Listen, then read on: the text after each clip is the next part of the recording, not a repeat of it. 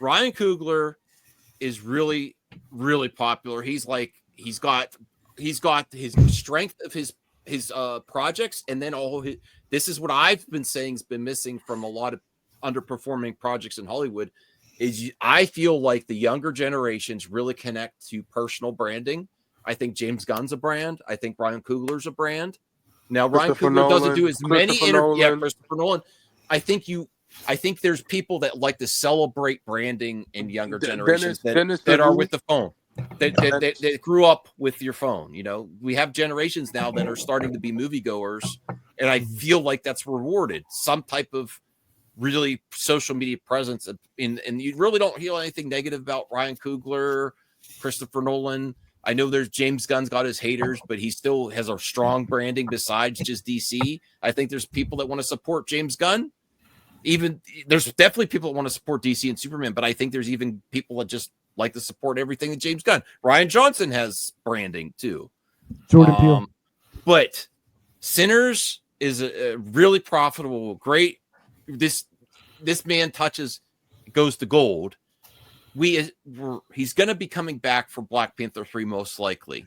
But the rumors have been consistently saying that he's being considered for X-Men. And I'm going to get to your next super chat, Tony, in a second. What do we think about him staying with Marvel after Black Panther 3? Do you want to see that, or do you want to see him do other stuff? What did you say he's being considered for? X-Men? The rumors are suggesting that they want. You gotta read the article. Let me give the context here. Obviously, if you're Marvel, and after James Gunn's gone, I said there's been a Marvel problem with some blockbuster directors not being there for Marvel after James Gunn left. Obviously, you want to keep Ryan Coogler making you movies, right? Perp, is that safe to say? Obviously, Feige wants him to stick around. But after seeing the success of Sinners, he's already moved on after Creed. He produces Creed. Actually, Michael B. Jordan directed Creed 3. Do you want, and I'll ask Perp this first, and then we'll get to Joe, Isaac, and Anthony, and then people in the chat, please, too. After the success of Sinners and the other project, Ryan Coogler, do you want him to do X-Men or go back to Marvel after Black Panther 3, or do you want to see him do something new or do another IP or something else? I'm conflicted because I would love to see what he does with X-Men. He's not doing X-Men. If the rumor's true, Joe. If the rumor's true. But all the trades are reporting that Jake Schreier, or however you say his name, is directing X-Men. Yeah, all the major trades have been announcing that over the last 2 days. Regardless if he does X-Men or not, do you want him to see him doing another MCU project, or would after seeing Sinners, do you want to prefer him doing something new, something fresh, or tackle something different? What do you think would be best for the Ryan Coogler brand? Burp, and then Joe. I have to give the lame answer. If I want him to do whatever he wants, because that's where he's going to put his passion, and that's where we're going to get the great work. So if that's true, Charlotte. He is doing X-Files. That's cool too. Yeah. That is a cop-out answer. You weren't playing the game. Yep. Yes, obviously, ultimately, I want that too. But as a fan, the thing is, I don't know him. It's like I don't know him, so I don't know. Like, do you want to see something fresh? Like Christopher I Nolan, always want to see something fresh, but I also want to see X-Men or X-Files fresh. Yeah. Like so. So Christopher Nolan, he got the most popular when he did the Batman movies, and now he does his own stuff. Really, he does his own. He works on projects. He does do Odyssey's a remake too, but he didn't stick with DC. I'm sure the Warner Brothers would want him to make DC movies forever, but he's doing But let's go with Joe, and then we'll get Anthony and Isaac. But yeah, I forgot about X-Files. I'm really looking forward to X-Files coming back. Joe, what would you want to see as a fan of Ryan? Do you like Ryan Coogler's work? What do you want to see him do next as a fan? I think he's hit or miss. Oh, really? Okay. Yeah, Creed is amazing. I love Creed. And I was Sinners is okay. It's got pacing issues. Black Panther 2, I think, is the worst MCU movie. Oh God, no! I really have no desire to see another MCU movie by him, quite frankly. After Black Panther 2, and Black Panther 1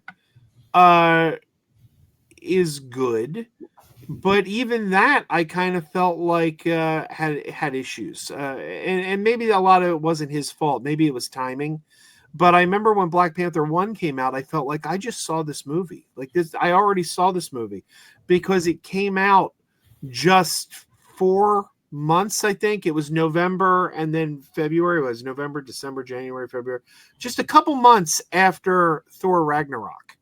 And Thor Ragnarok had already come out and told the exact same story, where a relative, an untold relative shows up and claims the throne, and now our hero is in exile and has to come back and regain the throne. That's Aquaman.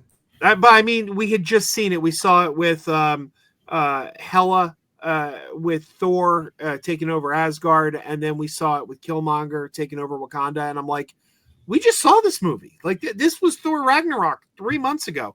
So I don't know that that's Coogler's fault. It may have been a timing thing. Maybe they shouldn't have put those movies right out next to each other.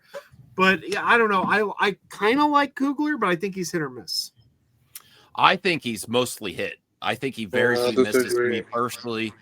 You disagree with me, Anthony? No, I said I disagree with Joe. Oh, okay.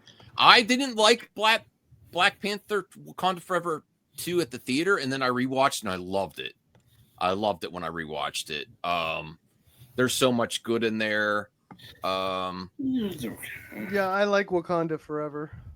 Although I am more on the recast T'Challa thing now. I understand because it was a very sad thing, and sometimes I like when sad things happen. Or not. I don't like when sad things happen. Let me rephrase that. I like when art takes something that's a tragedy in real life and makes something beautiful out of it.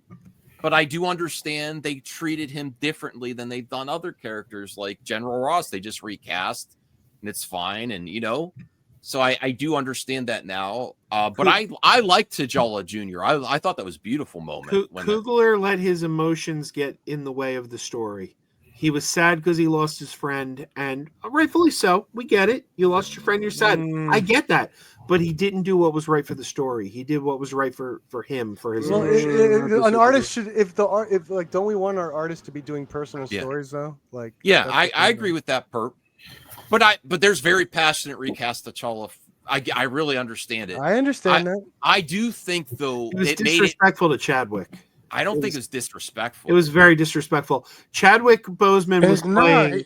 Chadwick Boseman know his wife very well. They became and his brother said Chadwick would have wanted the role recast. Let Joe finish.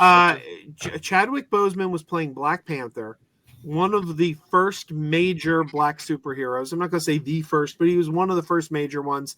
A character Stan Lee had called the character he was most proud of in his career. When people ask him, who's your favorite character? He said, the one I'm most proud of is Black Panther. That's how important T'Challa was.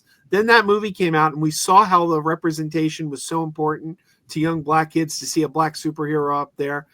And to take that legacy and just... he's dead. The character's gone. It felt disrespectful. Chadwick Boseman would have wanted that character to continue. See, here's where I disagree with you, Joe. I think sometimes even heroes and in real life, it made it even more special because sometimes heroes are even more amazing because we have limited time with them, and their impact, just like a Jedi, became more powerful. Even Jedi sometimes more powerful than when they're even there, when they become part of the Force. The memory of them, what they did for the world, what Black Panther and T'Challa did for Wakanda it's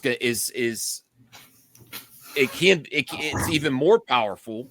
And they didn't just trash and throw it away because the legacy of T'Challa is still there at the end of Wakanda Forever, including his significant other. I forget the character's name, and then his son, and the legacy is still there. But I would have been okay if they recast them too. But I thought it was, if we go with what Ryan Coogler was trying to do, if you disagree with where they were taking that, but can you at least say the execution? If they weren't going to recast the T'Challa, the executions were pretty high. What do you think about? I thought it was awful, the execution. well, Perp, go with that train of thought. What? Even if you disagree with them not recasting T'Challa, say, okay, they're not doing it. The execution of what they did after what they went with, I think it was strong. I think the way they executed it, that and then the scene at the end, yeah. I liked it. I think there's a little bit of like hindsight is 2020 with the whole recasting thing, because I remember the hype for that for before Wakanda Forever was released. Everyone was treating it like this is going to be cathartic. This is going to be like almost therapeutic of dealing with Chadwick like gone and stuff like that. People were treating it like that. It didn't hit the correct notes for that, and I think people then responded like okay, not really what I was looking for, but nice try.